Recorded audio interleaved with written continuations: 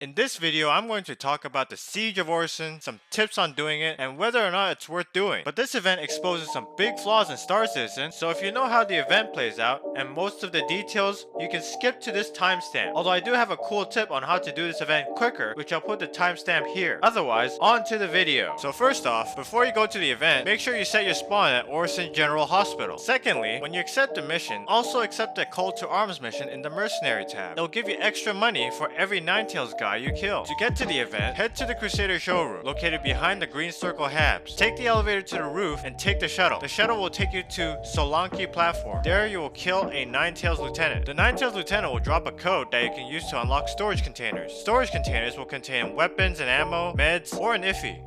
It is highly recommended to turn off the IFIs to disable the air defenses on that platform. Take the shuttle to Brushwood, repeat those steps, then take the shuttle to Heartmoor and repeat those steps. The last platform will be the admin center. There's no shuttle to the admin center, so you have to fly ships provided by the CDF and land there. From there you'll have to kill the last Ninetales lieutenant there, and the final boss, Mendo Ren, will show up. He will spawn on a cargo ferry docked at the admin center. There is a maze on the cargo barge that you will have to navigate to get to him. You'll complete the event once you've killed Mendo Ren and turn off the IFI. But if all the CDF ships are destroyed before you kill Mendo Ren and turn off the IFI, the mission will fail. The developers, and even players in the community, recommend that you bring lots of gear, along with lots of ammo and meds, because there's gonna be a lot of Ninetales shooting at you. So of course, being the smart player that I am, I went in completely naked, and during my first attempt, I beat up 6 Ninetales and looted a lot of gear.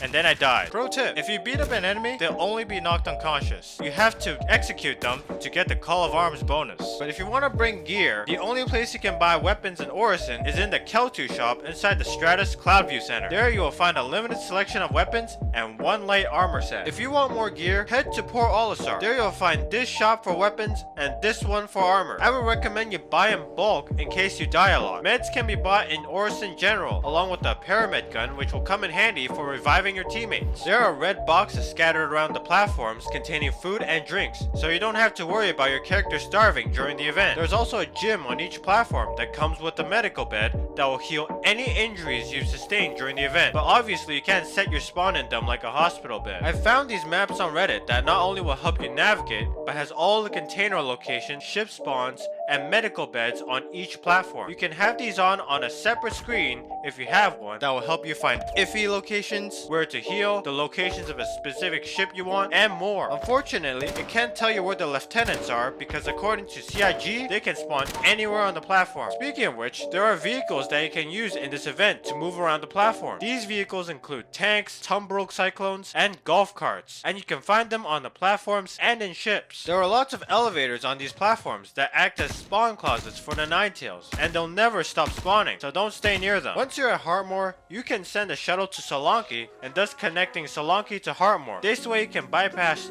Brushwood and go straight to Heartmoor. Even though this is a PvE event, you can still kill players, but doing so will get you a crime stat. Also, you can't use your own ships in this event. You'll either get shot by AA turrets, or your ship's autopilot won't let you near the platforms. This event isn't technically soloable as it's server-wide, but you can do most of it by yourself. The key to doing this is to sprint a lot. Sprinting works because most of the time, the AI has the reaction times that make your grandma look like an esports pro. Interiors are harder to pull off though, and you may have to be more careful and shoot some Ninetales. The hard part is finding the lieutenant because the platforms are so big. I almost killed a lieutenant by myself this way. If I had a better gun or found better cover, he would be dead. Based on my experience with this event, Star Citizen isn't made for an event like Siege of Orison.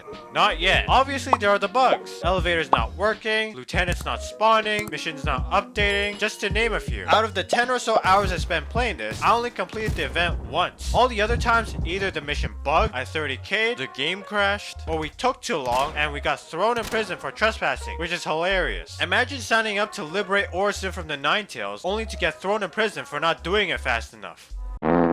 But there are also design elements of Star Citizen that don't fit into an event like this. For example, the developers encourage you to loot, but at a certain point, when so many enemies died and the area becomes too cluttered, the game won't let you loot. Need a new weapon? Well, you can't drop your old one. Found better armor and want to wear it? Tough luck, unless you're naked. The missions of Star Citizen are designed such that you don't get paid until you complete the mission, which up to this event makes sense. But here's the problem. Siege of Orison is a massive time commitment. You may have to do this mission for over an hour, multiple hours even, assuming everything works as intended. Let's say I kill all the lieutenants, get all the codes, and kill Mendo Ren. If they gain 30 Ks before I shut down the last iffy, I will get nothing. But if I join late when most of the work is done, I can go to Solanki, kill a couple Ninetales, and get over 200k once the other players turned off the last iffy. That's how I completed my event. I joined late, killed about 10 or so Ninetales, and got 250k before I could get to the admin center. So is it worth it? Money wise, it depends. I don't want to encourage it, but I hate to say that server hopping might make this event more worthwhile than starting from scratch. The event is fun to play, although it does get repetitive, and there's lots of cool loot to get. I wanted to get this video out earlier, but there were so many issues that prevented me from seeing the whole thing. This is the first iteration of the Siege of Orison though, so let's hope they improve it and fix these issues. And if you want more Star Citizen stuff, like what else is in the 3.17.2 update, or anything else, check out this video here. It has lots of good info.